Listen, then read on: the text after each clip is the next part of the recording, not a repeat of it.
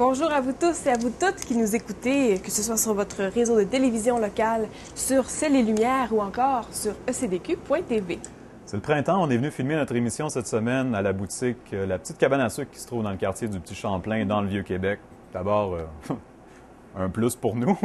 Ensuite, pour vous donner l'idée, c'est le temps des sucres, profitez-en, sortez dehors. D'ailleurs, en parlant de sortir dehors, il y a les gens qui font le pèlerinage de l'Arche de la Nouvelle Alliance avec l'organisateur Jerry Junka. C'est d'ailleurs cet homme-là qu'on en entretient en fin d'émission aujourd'hui. Il nous parle du sens du pèlerinage, du but, de tout ce qui se passe, tout ce qui entoure ce pèlerinage final qui va amener l'Arche de la Nouvelle Alliance à Québec en vue du congrès eucharistique de cet été.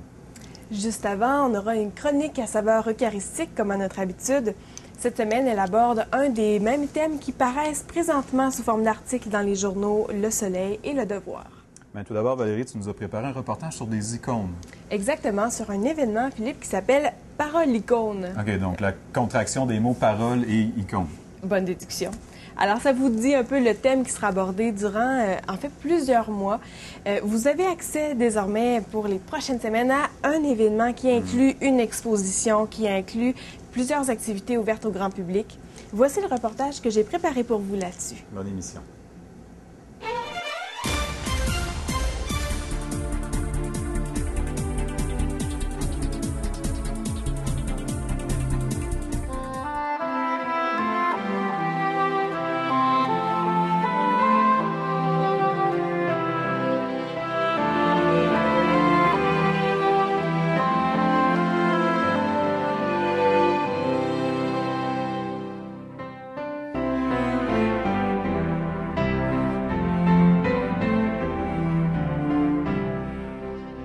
Je me trouve présentement à l'Oratoire Saint-Joseph, sur le chemin Sainte-Foy à Québec, et je vous fais découvrir Parole Icône, qui est une exposition, bien sûr, mais plus encore, c'est ce que vous allez voir dans les prochaines minutes. Quand ces temps d'agitation facile, de bruit et d'énervement presque au quotidien, l'événement Parole Icône veut être un temps d'arrêt, un regard sur l'essentiel. Une invitation aussi au silence et sans doute un chemin de contemplation. Vous savez comment le temple de Jérusalem est construit dans les débuts de l'Ancien Testament? Le temple, il y a un parvis, c'est le lieu d'accueil. C'est là où nos fondateurs nous accueillent.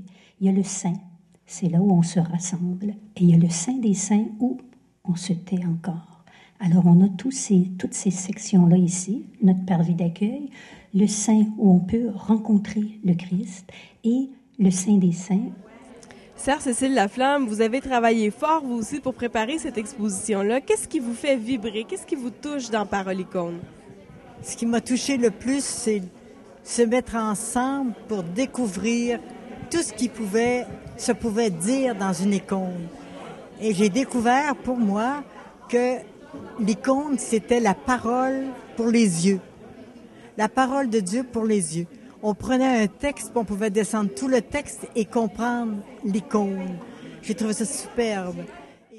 Et à titre de supérieur de district des Sœurs de Saint-Joseph de Saint-Vallier, du Québec, de vous souhaiter la bienvenue à l'inauguration de cette exposition, l'art d'une rencontre, que nous avons préparée dans la joie et l'espérance. Enfin, notre rêve d'évangélisation directe redevenait possible, même si nous avons l'âge de Sarah. Je crois qu'il y a dans cette exposition quelque chose qui peut rejoindre bien de nos contemporains en recherche d'un sens à leur vie. J'espère que vous aurez le plaisir à découvrir ce travail colossal effectué dans les règles de l'art et pour le mieux faire connaître lui. Il y a quelque chose à faire. Et c'est quand on a vu les fêtes du 400e, on s'est dit, mais ça y est, beaucoup de fondateurs, pas tous, mais il y en a beaucoup qui sont venus à cause de Jésus-Christ. C'était leur foi qui les portait ici. Alors, on était habités par cette parole à l'origine. À cause de lui, ils sont venus. À cause de lui, on continue, mais qui est celui? Alors, Parole Icône veut le faire connaître, veut le faire aimer, et on pousse même l'audace jusqu'à vouloir permettre de vivre une expérience chaleureuse en Église. Il y a des fois où ça fait longtemps qu'on n'est pas rentré, que ce soit une Église, que ce soit un milieu religieux, bien, que ce soit un milieu chaleureux, un milieu accueillant.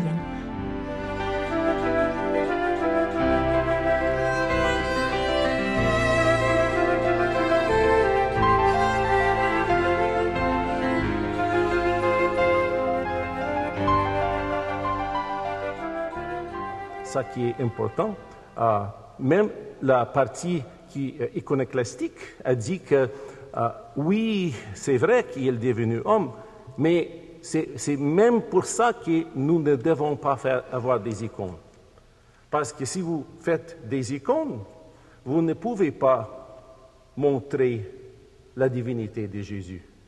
Vous pouvez tout simplement montrer l'humanité de Jésus. Donc, par la même façon, vous niez son divinité. Vous dites qu'il est tout simplement humain, mais pas homme, mais pas Dieu. Donc, c'est pour ça qu'on a pensé comment faire ça pour vraiment montrer dans une icône les deux côtés, le côté humain et le côté divin. Et c'est pour ça qu'on a commencé à faire des icônes dans ce style spécifique qu'on appelle byzantin, les corps élongés, les grands yeux, les petites bouches et des autres choses. Pourquoi le 400e? Pourquoi à l'occasion du 400e? Quand on étudie un peu, quand on regarde un peu ce qui nous reste de nos ancêtres comme patrimoine québécois, comme patrimoine de l'époque française, on se rend compte que là où il y a le plus de patrimoine, c'est là où il y a eu une église ou une communauté religieuse. Le beau égale le bon égale le bien. Ce qui est beau est nécessairement bon et est nécessairement bien. Dans cette exposition, vous allez voir du beau, beaucoup de beau. Ces icônes sont parlantes. Si vous avez l'occasion d'y aller proche, vous allez voir le détail, surtout des visages, des expressions, des attitudes. Vous allez voir la beauté de l'art de l'icône un peu plus loin en arrière. Il y a un présentoir avec tous les outils utilisés pour écrire une icône et au mur, toute la démarche à partir de rien jusqu'à sa réalisation.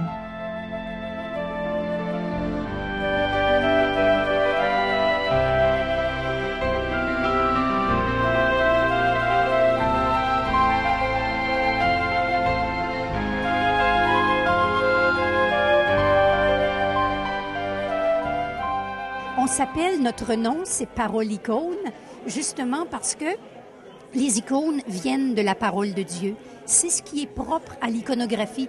Tous les arts, il y a beaucoup d'arts qui sont très beaux, beaucoup d'arts religieux. Le propre de l'icône, c'est que l'icône, elle doit être juste théologiquement et bibliquement, si on veut. Alors, c'est la parole de Dieu mise en image. C'est une mission très, très vaste. Donc, vous avez décidé qu'elle ne prendrait pas seulement la forme d'une exposition, mais aussi de nombreuses activités tout au long de l'année. Pouvez-vous nous en parler un peu? Oui, on a une activité pendant le mois de juin. C'est qu'on a, parmi ça ici, on a 7 icônes de la table. Alors, on va monter vers la table eucharistique à travers les 7 icônes. Je vous mets au défi de les trouver. Ça sera une activité, justement. Ah, génial. On a très, très hâte d'examiner tout ça en détail. On prend des belles images pour les faire découvrir aux téléspectateurs de Lumière du Monde.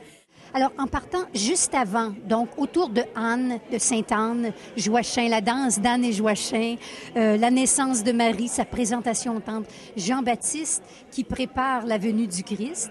Et puis, on a un module, on a appelé ça un module, l'enfance. Alors, traverser les étapes de l'enfance, traverser les étapes de la vie publique avec Cana, tous ces mystères du rosaire, mais très, très, très élargis finalement. On a le baptême, on a Cana, on les a juste ici justement. On a la Samaritaine, la multiplication des pains. Donc, et puis on continue avec la Semaine Sainte, la vie de gloire et la vie de son corps qui est Église.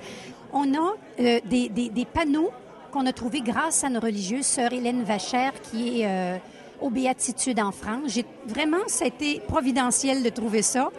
Et elle nous a autorisé à reproduire des panneaux qui nous expliquent les origines de l'icône dans l'Orient ancien. Le problème, ce sont les abus. Mais c'est toujours ainsi. La raison d'être de la réforme, c'est une réaction aux abus. Les iconoclastes de la réforme ont, pour sûr, souvent détruit des chefs-d'œuvre d'art religieux avec une sorte de joie perverse. La grande ennemie des iconoclastes et de ceux qui évitaient toute imagerie était la superstition, la séduction de l'idolâtrie. Ils avaient peur que si le peuple se mettait à admirer une peinture, mettons du Christ, s'en servait pour le culte, se prosternait devant elle, même si on peut se dire qu'une image n'est qu'une fenêtre qui montre ce qu'elle représente et qu'on peut distinguer l'image de la chose réelle derrière. On avait peur qu'une fois en route, la nature humaine étant ce qu'elle est, là, on mette le pied sur une pente glissante. Le Christ est icône du Dieu invisible et c'est le fondement de toute notre théologie de l'icône. Puisque le Verbe s'est fait chair en assumant la vraie humanité, je cite le catéchisme de l'Église catholique, le corps du Christ était délimité. C'était fixé au Concile du Latran en 649. À cause de cela, le visage humain de Jésus peut être dépeint. Au 6e Concile œcuménique, à Nicée, au 2e Concile de Nicée, l'Église a reconnu comme légitime qu'il soit représenté sur des images saintes. Numéro 476 du catéchisme. En effet, les particularités individuelles du corps du Christ expriment la personne divine du Fils de Dieu. Celui-ci a fait sien les traits de son corps humain, au point que dépeints sur une image sainte, ils peuvent être vénérés car le croyant qui vénère son image vénère en elle la personne qui y est dépeinte. Le catéchisme cite Nicée, le 2e concile de Nicée. Qu'est-ce qu'il y avait dans le fond du cœur de ces gens-là qui ont fait la folle traversée, qui ont construit des hôpitaux, des maisons d'enseignement, qui ont mis sur pied des œuvres sociales caritatives? C'était quoi leur folie? Qu'est-ce qui les a allumés pour faire autant? Alors que nous, aujourd'hui, lorsqu'on a notre vidéo, notre fauteuil confortable, on est parfois déjà bien fatigué de notre semaine. Et eux, il n'y avait rien de ça. Et il y avait le zèle, la folie. Alors, ça ne fera peut-être pas les manchettes demain dans les journaux, bien sûr à votre révérend poste de télévision, mais je pense que ça va faire les manchettes dans le cœur de ceux qui viennent. Ah, ça m'a fait du bien. Ça ne m'a pas coûté cher. Et je vois les choses autrement, puisqu'on me les a montrées autrement. Alors, je voulais, en terminant, vous demander quel est l'horaire, à quel moment les gens peuvent venir visiter l'exposition ici? À partir de ce jeudi 24 octobre, c'est ouvert au grand public. C'est ouvert du mercredi au dimanche, de 13h à 16h.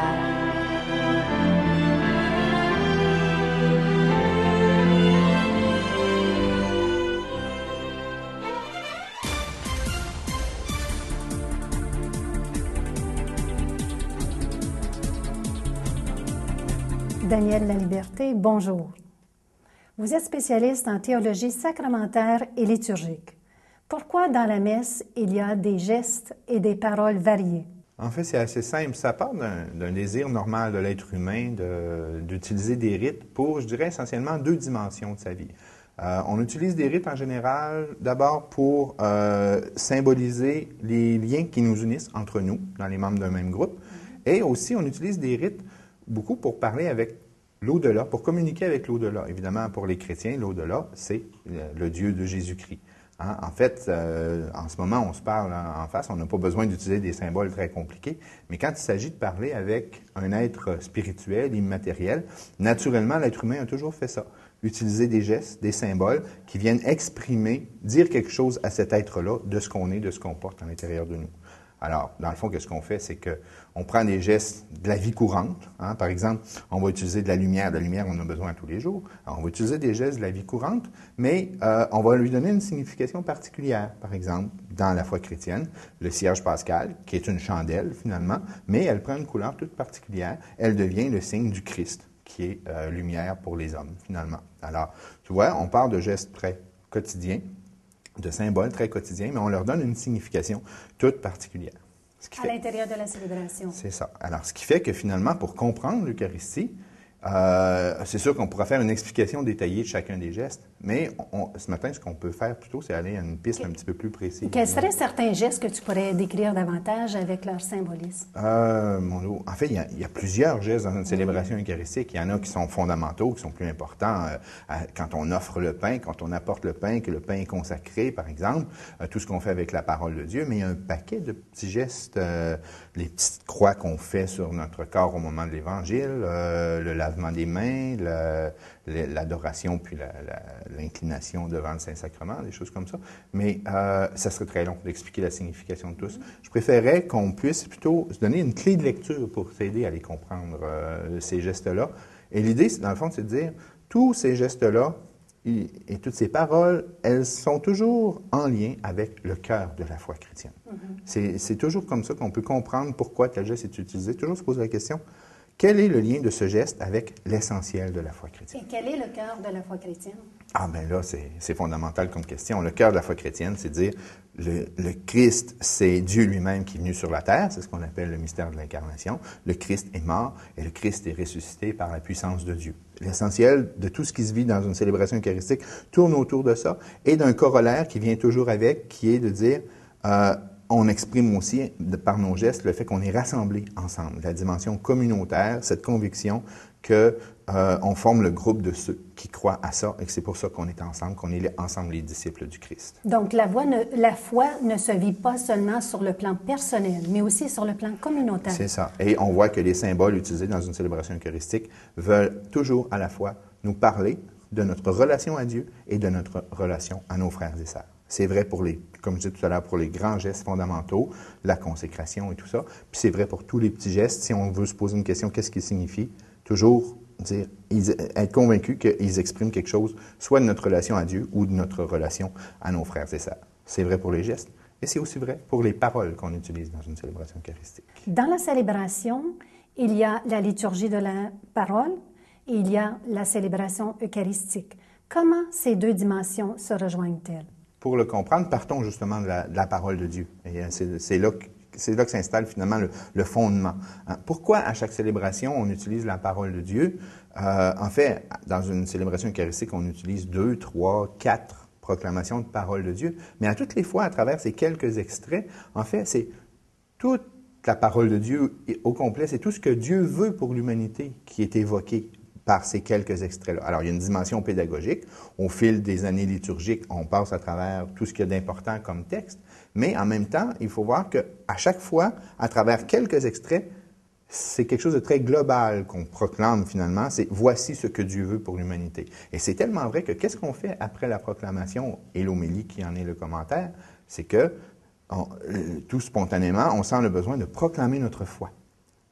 On a lu quelques textes, mais après ça, on proclame ce qui est le concentré de la foi chrétienne. Chacun, personnellement, va dire « Je crois en Dieu, je crois au Christ, je crois à l'Esprit Saint, je crois en l'Église. » Donc, chacun, personnellement, dit « Je crois ». C'est la dimension très personnelle qu'on évoquait tout à l'heure. Oui, mais quand on est plusieurs, un à côté de l'autre, à dire « Je », en fait, ça devient « nous ». Nous, ensemble, nous croyons. Et c'est parce que nous croyons tous à la même chose et que nous osons ensemble le proclamer qu'ensuite, on pourra prendre un pain et un vin qui nous représentent et offrir ça ensemble. Nous croyons ensemble et nous offrons ensemble. Il y aura toute la partie de la célébration eucharistique. Et à la fin, quel mot on utilise pour désigner le fait que nous recevons le pain que le Père a transformé par son esprit? On va appeler ça la communion. Alors, M. Daniel Laliberté, merci beaucoup pour ces précisions, ces éclaircissements sur l'Eucharistie. Ça fait plaisir.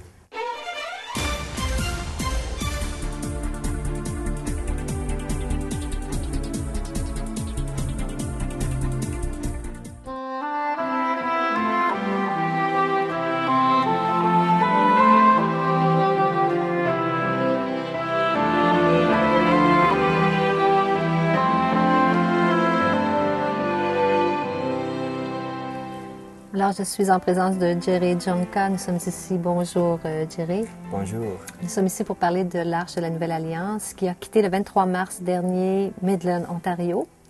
Maintenant, quelle est la suite pour l'Arche? Depuis 2006, l'Arche voyageait partout au Canada en voiture, en avion, en bateau.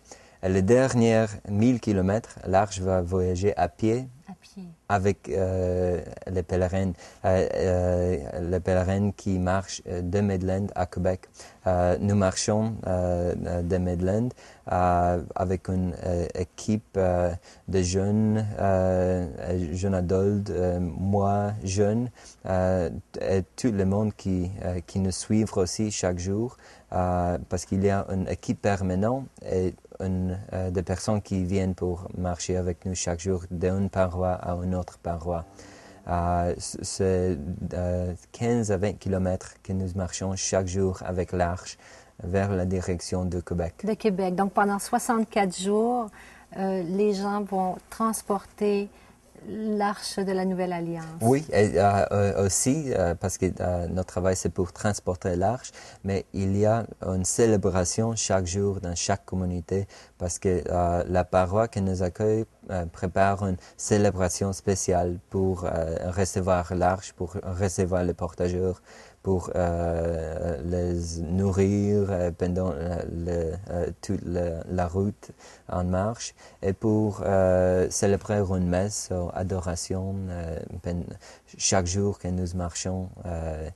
C'est vraiment une marche, mais aussi une grande célébration vers les congrès. Comment peut-on devenir portageur? Est-ce qu'on peut encore devenir portageur pour transporter l'Arche? S'il y a des personnes qui s'intéressent, ils peuvent aussi nous joindre sur la route et continuer la marche. Parce que je trouve que nous avons besoin de plus personnes pour marcher avec nous, pour s'engager dans ce beau projet.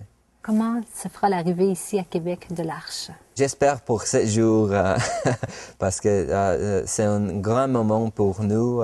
Après 64 jours, 1000 km à pied, c'est une grande fin d'un jour, d'un pèlerinage de notre vie spirituelle, de notre pèlerinage physique. Oui, c'est aussi la fête Dieu pour la diocèse, que la diocèse célèbre chaque année. Et pour nous, ça c'est une opportunité pour être avec beaucoup de monde 7 jours, pour arriver avec l'Arche et donner le témoignage à chaque personne qui va être là. De quelle façon peut-on suivre le pèlerinage? Chaque jour, chaque paroi annonce notre arrivée. Quelqu'un peut marcher avec nous un jour. Il y a des personnes qui se peuvent inscrire pour marcher tout le pèlerinage aussi. Mais pour donner ce témoignage à plus de personnes, nous avons aussi un vidéoblog. Il y a des vidéos chaque jour, chaque 2 jours que nous mettons sur la page web de ecdq.tv. Et aussi les photos de notre pèlerinage et quelques mots de chaque pèlerin sont sur ce site web disponible pour vivre ce pèlerinage avec nous. Avec nous et avec vous. Il y a également, ce sera diffusé aussi sur Lumière du Monde, l'émission Lumière du Monde. Oui, chaque semaine, toute la semaine de notre pèlerinage, nous allons mettre ça pour un épisode de Lumière du Monde. Aussi, il y a des reportages spéciaux parce que nous avons des événements spéciaux pendant ce pèlerinage. Des événements spéciaux durant le pèlerinage, oui. Pouvez-vous nous en parler? Tout le pèlerinage, c'est vers les 5 sanctuaires nationaux. Oui, parce que le début, c'est le martyr canadien. Les martyrs canadiens, c'est ça, oui. À Montréal, c'est Oratoire Saint-Joseph. Est-ce qu'on a les dates? Est-ce qu'on peut donner les dates aussi? Le 19 et 20 avril, c'est à Montréal. Oratoire Saint-Joseph. Oui, le 4 mai. Le 4 mai au sanctuaire. Oui, c'est... Sanctuaire Notre-Dame de Notre-Dame de Cap, à Cap de la Madeleine. C'est la journée de l'Ascension aussi. Oui, c'est une grande célébration pendant notre pèlerinage. Après, c'est aussi le Pentecôte. La Pentecôte le 11 mai, à l'Ermitage Saint-Antoine du Lac-Bouchette. Du Lac-Bouchette, la diocèse de Chicoutimi. Et le dernier sanctuaire proche à Québec, c'est Sainte-Anne-de-Beaupré. Le 24 mai, à la Fête Dieu. 24 mai. Ça c'est la veillée de Fête Dieu. Et le 25 mai, la grande célébration, c'est à Lévis, à l'église Saint-Joseph à Lévis, avec le cardinal qui va célébrer cette messe. Alors, c'est une invitation. On espère que nous pourrons continuer à suivre le périple de cette belle arche. Merci beaucoup, Jerry Junka. Donc, on vous souhaite un bon pèlerinage, une bonne continuité et en espérant que l'arche continuera à ouvrir les cœurs sur son passage. Merci. Merci à vous.